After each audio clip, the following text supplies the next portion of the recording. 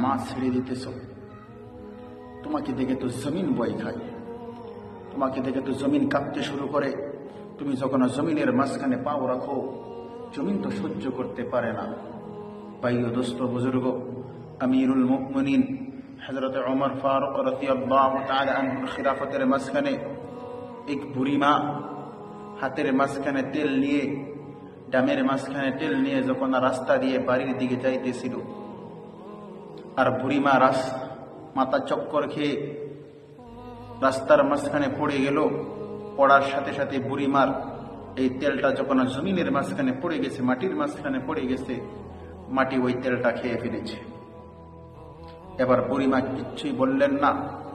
বুড়িমা জানেন সেটা তো ইনসাফের জামানা, এখানে তো আমিরুল মুমিনিন উমরের খিলাফত চলতেছে, এখানে ইনসাফ পাওয়া যাবে। বুড়িমা ধীরে ধীরে করে আমিরুল মুমিনিন ওমর ফারুক রাদিয়াল্লাহু তাআলা আনহুর দরবারে হাজির হয়ে জিজ্ঞাসা করলেন, হে ওমর, আমি আপনার কাছে একটা বিচার নিয়ে এসেছি, আমাকে আপনি ইনসাফ করে দেন, ভালো সহি ফয়সালা আপনি করে দেন। আপনার কাছে আমি একটা নালিশ করতে চাই, একটা বিচার দিতে চাই। এবার ওমর বলে, হ্যাঁ বুড়িমা, তোমার কিসের বিচার, কিসের জন্য তুমি এসেছো আমাকে বলো। এবার বুড়িমা বলতেছে, হ্যাঁ ওমর, আমি তো একজন অচল মানুষ, আমার স্বামী নাই, আমি একজন গরিব মানুষ। আমি যখন হাতের মাঝখানে তেল লইয়া রাস্তাটা যাইতেছি, আমি এক জায়গার মাঝখানে মাথা চক্কর খেয়ে পড়ে গেলাম। পড়ে দেওয়ার সাথে সাথে আমার তেলটাও জমিনের মাঝখানে, মাটির মাঝখানে পড়ে গেল, কিন্তু সাথে সাথে ওই জমিন, ওই মাটিটা আমার তেলটা খেয়ে ফেলেছে। আমি আপনার কাছে নালিশ করতে চাই, আমার ওই তেলটা আমি ফেরত চাই। আমি কি ভুল করেছি জমিনের, কোন কারণে জমিনে আমার তেলটা খেয়ে ফেলেছে, ওই বিচার নিয়ে আপনার কাছে এসেছি, আমার তেল ফেরত চাই। ভাই দোস্ত বুজুর্গ, একটু লক্ষ্য করে দেখেন না, জমিন তো তেল খাইবে, জমিন খাসিয়তেই ওটা মাটি, খাসিয়তিতে ওটা তেল খাবে, পানি খাবে। কিন্তু উমর মুশকি মুশকি হাসেন আর বলেন, বুড়িমা, তুমি বিচার নিয়ে এসেছো, আচ্ছা তুমি যদি আমার কাছে এসেছো, যদি ইনসাফ চাইতেছো, তাহলে শুনে রাখো। এবার উমর একটা কাগজ নিলেন, কাগজের মাঝখানে কিছু লিখে বুড়িমার হাতের মাঝখানে দিয়ে দিলেন, আর বললেন, তুমি যাও গিয়ে হেরে যে জায়গার মাঝখানে তোমার তেল পড়ে গেছে, সেই জায়গার মাঝখানে গিয়ে হেরে তুমি ওই কাগজটা রেখে দাও।